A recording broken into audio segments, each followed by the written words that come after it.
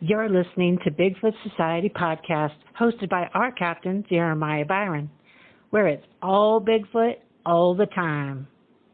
Have you ever had the urge to do more, to be more? Now you can by joining Bigfoot Society on the Patreon. Get ad-free episodes and even member-only episodes. Take part in movie night and even live video chats.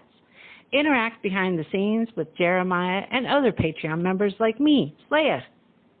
The powerful podcast goes on, and you may contribute a verse in our Patreon community. Carpe diem. Seize the day, Bigfooters, and make your lives extraordinary. Welcome to Bigfoot Society. If you have Bigfoot activity to report from the same areas discussed in this episode, please reach out to me directly after this episode. And if you'd like to be on the podcast to discuss a personal Bigfoot encounter, please reach out to me directly at bigfootsociety@gmail.com. Do you wish there was more Bigfoot Society to listen to every week? Well, there is now. If you become a supporting member over at Patreon, you get a special members-only episode every single week on Wednesdays, and sometimes even more episodes. Head on over to patreon.com/The Bigfoot Society. And now let's get on with the show. Midday, November 6, 2024, this individual reached out to me through email to report that he had had a Bigfoot sighting in New Jersey just an hour before. The following is the recording of the follow-up with the witness.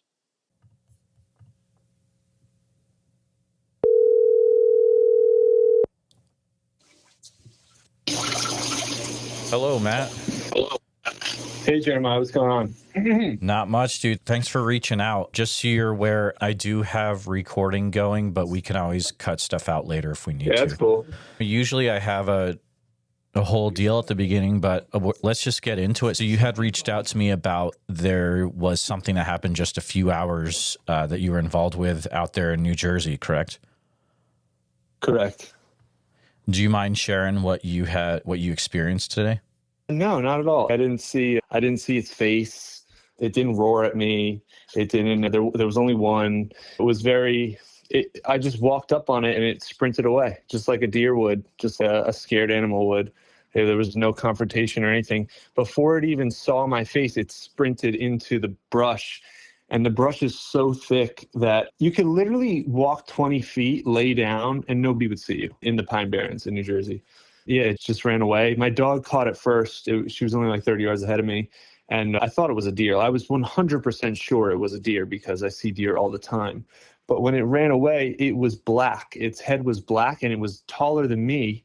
So then that made me realize that I was like, oh, that's a black deer that's taller than me. And then it started running.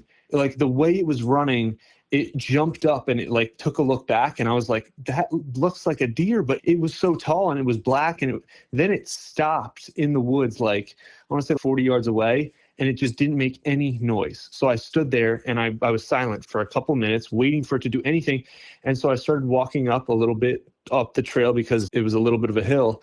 And then about 4 minutes later, I'm still dead silent. I hear it walking in the brush further away. It's walking further away from me. And I just waited there for a few minutes. And then I looked around and I was like, wow, if Bigfoot would be in the Pine Barrens in this area, this is the perfect spot. It couldn't have been any more perfect for them. It was like it's a half a mile squared of just high ground.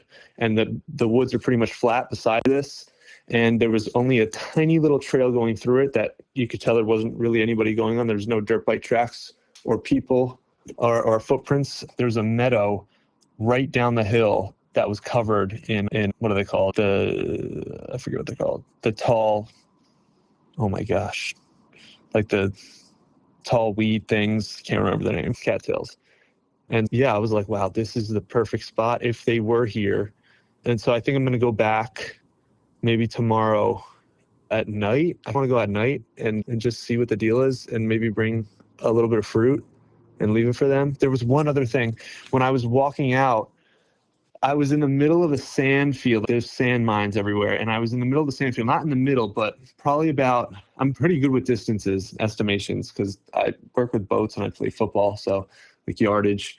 And it was probably about 40 yards away from the trees. And it was right on the trail that I walked before. And it was in the middle of a big open area. And there was 2 pine cones attached to a couple of pine needles that you can only really get from high up in the tree. So it looked like it just blew off the tree.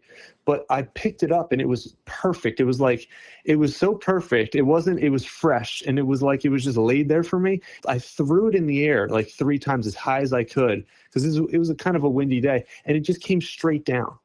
So it couldn't have blown off the trees, is my point. There was no possible way.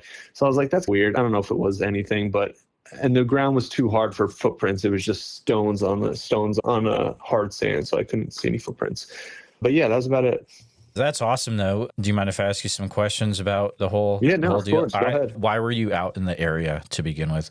Not every day, but I'd say every other day, I just go out in the Pine Barrens with my dog, walk about 5 miles. I explore like these abandoned and not abandoned sand mines, where it's just these sand companies dig huge lakes and then they drain them. And sometimes they're not drained, and they're like crystal clear blue water. It's weird. There's some chemical in it, but you can swim in it, and there's fish and stuff. So I just go explore them. The abandoned ones are cool because there's these huge like machinery and towers where they silt the sand. So I climb up them.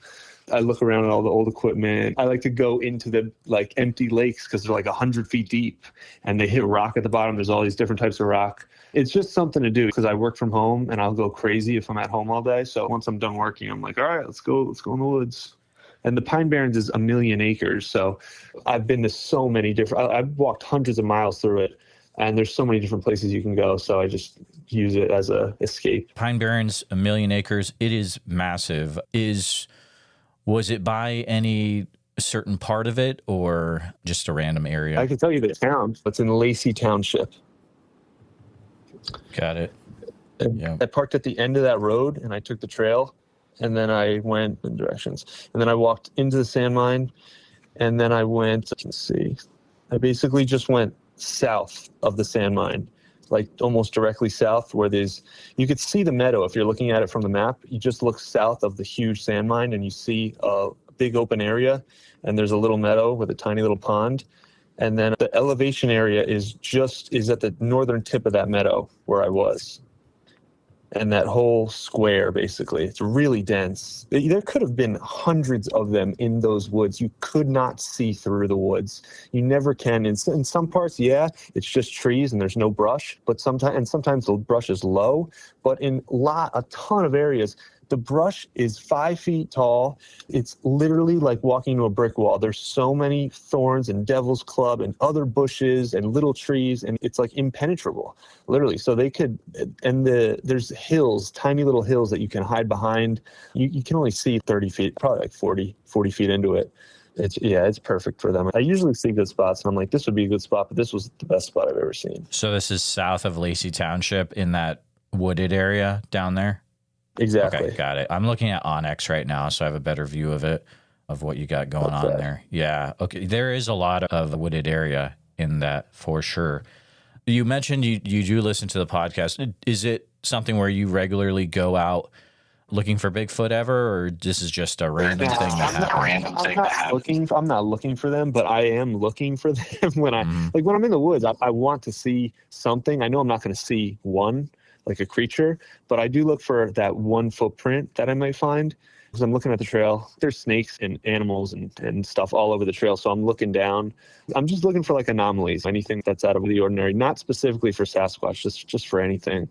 But I would love to see one. I just never have my hopes up because I know that it's so rare to actually happen. Yeah, absolutely. No, it's definitely rare. Do you know if there's been other sightings in this particular area where you had the sighting at?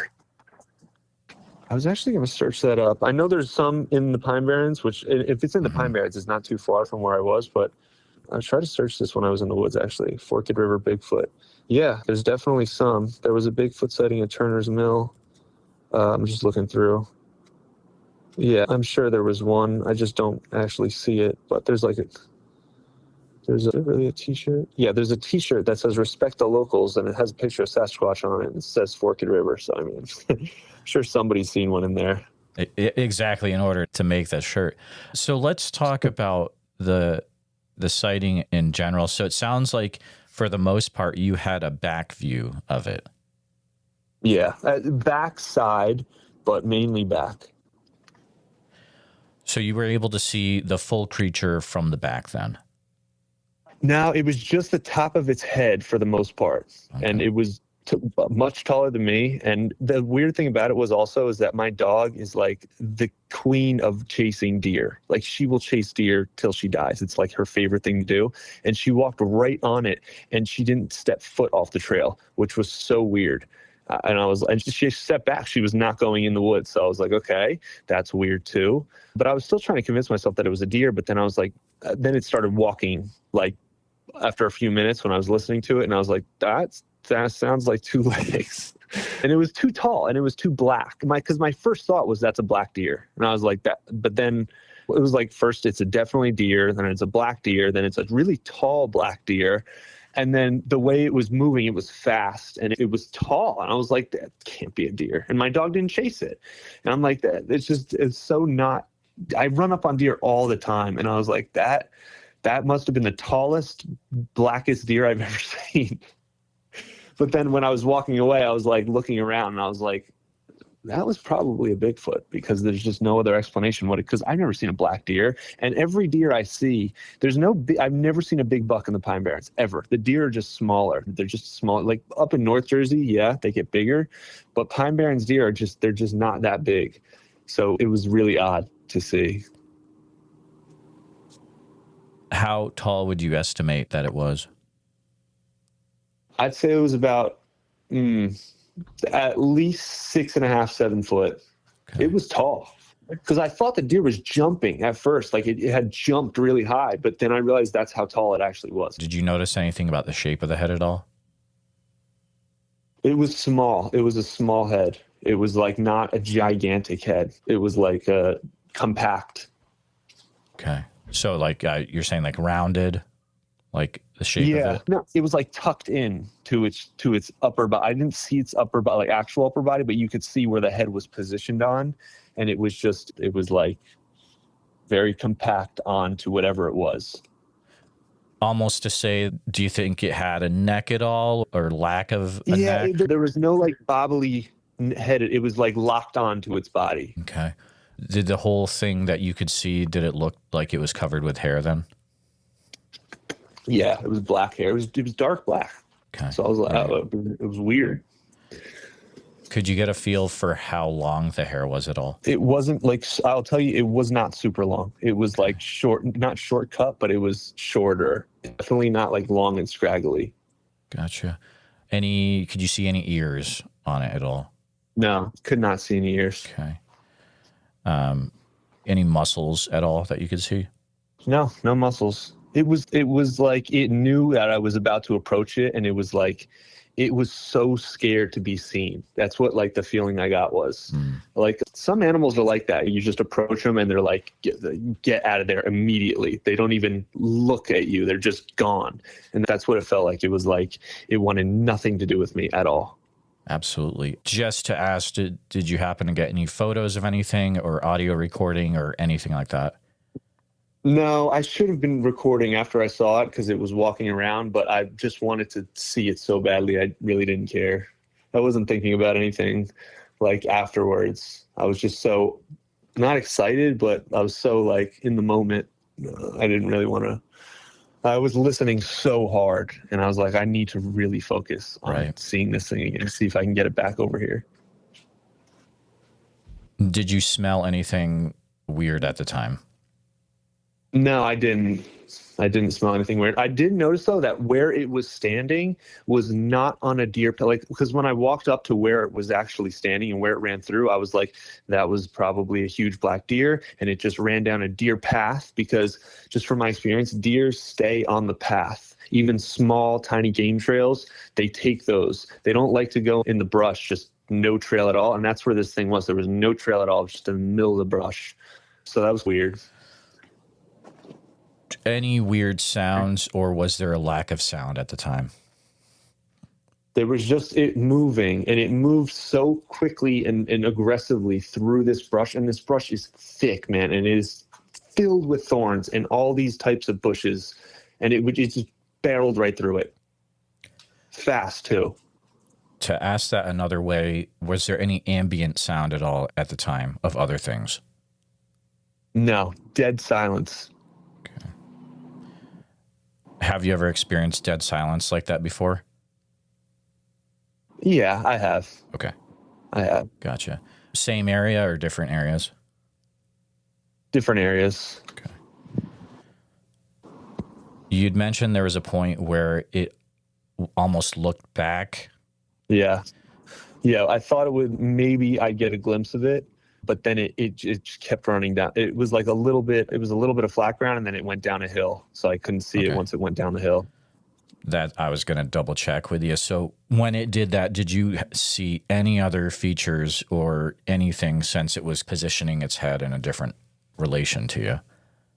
Yeah, I didn't see any other features except for its black head, but you could tell that it was using its arms to move through the brush. Like it was grabbing it and pushing it aside fast. So just to refresh my memory, so you said that for the most part you saw the back of its head. Were there other times where you saw more of the creature then? No, I saw the blur through the brush, but I could only see really the top of its head. Got it. So you're saying that at times you could see brush being pushed aside, things like that, or you just are going off the sound? No, yeah, definitely.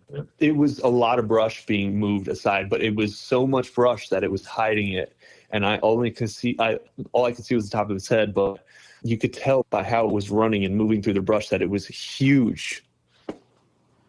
When you went into that area, did you notice any broken branches or twisted off trees or anything? The problem with where I am in the Pine Barrens is that the trees naturally like twist off, and when they get weak and old, they literally snap in half. So you can't really tell what it is, and they bend naturally too, and arc. So it's hard to tell.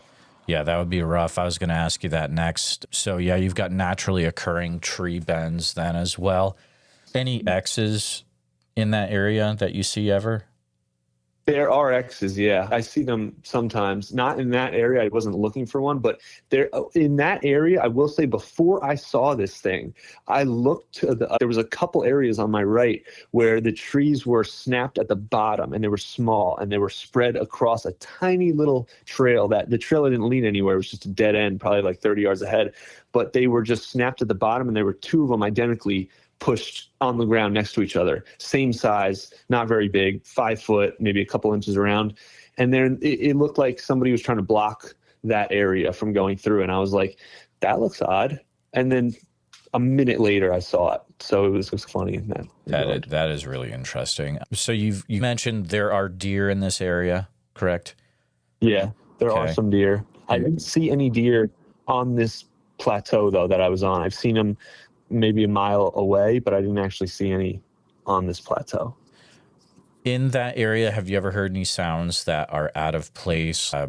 Whooping, tree knocks, things of that nature? Not in that area. In an area maybe 2 hours south, in the southernmost point of the Pine Barrens, I heard a growl once, and it freaked me out, but I don't know what it was. I can't say it was a Bigfoot or anything. It scared me, though. I grabbed my dog and put her on the leash because she's never on the leash, and I walked back looking behind me at all times, and then I heard an owl, the loudest owl I've ever heard, multiple times, right behind me where the growl was. So I was like, that's weird. And it was dusk. It wasn't dark out, and this owl was way too loud. Was that a Vineland area? Yeah, actually. How did you know that? Because I've done this for 5 years, buddy. No, sorry, that was sassy. But so here's the thing. I've talked to this guy for multiple times from New Jersey, from your area, and there's a high amount of Bigfoot activity down in the Vineland area. This guy I go there a lot, actually, but I didn't know that you talked to this guy. Yeah, his name's Swamp Dog. You might see a truck driving around that says Swamp Dog on it. He's the dude. I haven't talked to him in a while, but That area has a ton of Bigfoot activity, and you can listen to, I have a few other episodes, but yeah, I'm not surprised that happened to you in the Vineland area. It's pretty crazy down literally, Vineland area. I go there a lot, actually, like maybe twice a week. So in that area is where I've seen big trees that there was no stump for the tree, but it was laid up against other trees. And I've seen trees that are completely upside down, laid against other trees, but my mind would always just say, it's a storm, or it couldn't be, and just keep going. But then there's nothing like that in other areas. Every other area I go that's not Vineland, the trees are smaller that are broken and bent and twisted. But in Vineland, the trees were huge and they were turned over. And it was like, okay, that could have been something for sure. Yeah, there's been some real wild stuff that's been going on down there in the last few years. Back to your sighting today, were there any other things that you noticed? Or how about this? You said there were cattails there, right? Yep. Did you happen to get close to the area where the cattails were? No, because that's not the way I was going. I was headed back north, but I was probably like 200 yards away from the area. You said you are going to go back to check things out again tomorrow? Probably, yeah. Okay. I'd say almost definitely. I do know a few researchers in southern New Jersey. Is that anything where you would want to talk to a researcher in the area or go by yourself? Yeah. I'd be cool with that. Okay. See what they have to say. If I reach out to them, can I pass on your phone number, or would I? Yeah, sure. Yeah, that'd be fine. Okay, cool. Yeah, definitely. All right. Also, if in the next few days you notice anything else out of the ordinary, feel free to reach out, just so that's documented. Okay. But okay, cool. I have a question for you, actually, that I was thinking about. So I ran up on this thing, and it was clearly just an animal running away from me. And I know Wes from Sasquatch Chronicles. I talked to him once 2 years ago I just texted him because I listen to his show all the time and I wanted to talk to him. So he let me talk to him for a good while. Oh, cool. And I asked him what he thinks it is. And I think that there's something about them. There's something that they can do. They have superpowers that we can't do. And that's the reason that they're always ahead of us and we can't pin them down. And then I've heard stories on your show that say they deal with like energy and they're energy beings and they can cloak and they can do all this weird stuff. But at the end of the day, I've seen from my experience, they're just animals that are really good at hiding. And they hunt deer, so they can't be seen at all times. They wake up and they're hungry. They're in hide mode all day long. They can never have a deer get near them or see them. They're always hunting, right? Just like an animal. So I think that's why they're so stealthy. And I think that they're not dumb. They know that they stink or they have a scent, just like most creatures probably know this. And they don't want, the second they step foot on a trail, they leave their scent on that footprint. So I don't think that they like stepping on the trails for that reason. And I know that deer always follow the trails. They follow their game trails and they follow the regular trails. I see their footprints all over. So I think that they know not to step on the trails for that reason. And they also know that they're wired to be in hide mode at all times. And they've just gotten so good at it over thousands of years. That's why they're so stealthy.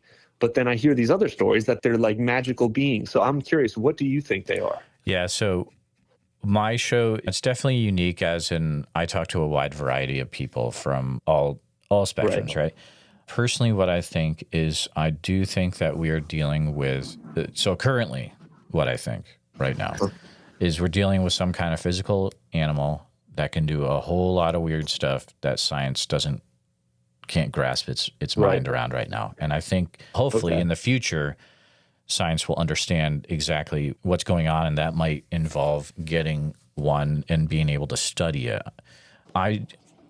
Now, there are things that I can't explain away. There's stories where, like Skinwalker Ranch, where it's like they saw one come through a portal up on the top of the and you've got the connection between them and UFO sightings in Chestnut Ridge in southwest Pennsylvania. So there's all lights, this, like the forest lights, like the lights are intriguing to me. Yeah, and you've got other stories, like one in Iowa in Backbone State Park where an individual saw a blue orb and then they looked back and there was a Bigfoot controlling the orb with its hands. And there's all this weird stuff that I can't quite categorize yet. But what I personally feel is it's a physical animal that can do some really weird stuff. So this all is a way for me to figure out what's going on too. But that's what I feel currently. So cool. Yeah, that's awesome, man. Love to hear it.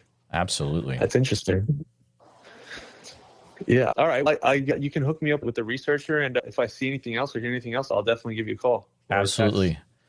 Matt, thank you for hopping on real quick. I appreciate you coming on the show to share what you saw. It's a new world record. It's just a few hours ago. So, I mean, it just keeps getting crazier and crazier, but I appreciate you coming on, and I will get you in touch with that researcher. I'm going to try to reach out to him next. So you have a great rest of your night, man. Awesome, man. Thanks. You too, brother. I'll talk to you soon. I was able to reach out to a Southern New Jersey Bigfoot researcher who was able to spend some time with Matt the Witness and check out the area. Stay tuned for updates regarding that research. Here at Bigfoot Society, our goal is to provide a platform for those that have encountered Bigfoot to share their encounter in a safe and respected environment. But we need to hear your story. If you've experienced something that you just can't explain, please send me an email at bigfootsociety@gmail.com. Then we can start the conversation. And I know a lot of you have not shared your encounter at all. It's been 20 years, and it's time that you get this off your chest, and then you can get some well-deserved rest, because I know you haven't been sleeping. I understand what you're going through, and I appreciate every one of you listening. Please take a minute to help out the show by subscribing on YouTube, making sure you hit the bell so you don't miss any notifications, and share the episode on YouTube with a friend. Also, if you're listening to us on a podcast, thank you so much. Make sure that you're subscribed, share the show with a friend. Really, it's all about sharing the show wherever you can. If you've had a Bigfoot encounter related to the following or know someone who has, please reach out to me at bigfootsociety@gmail.com or pass on my email. Here's a list. If you've had any encounters in Oregon, which I'm sure there's probably a few of you out there, please feel free to reach out immediately. You can use email bigfootsociety@gmail.com. A special thank you to all the Bigfoot Society Patreon and YouTube channel members. It's your support that helps keep the show going, and I extremely appreciate it.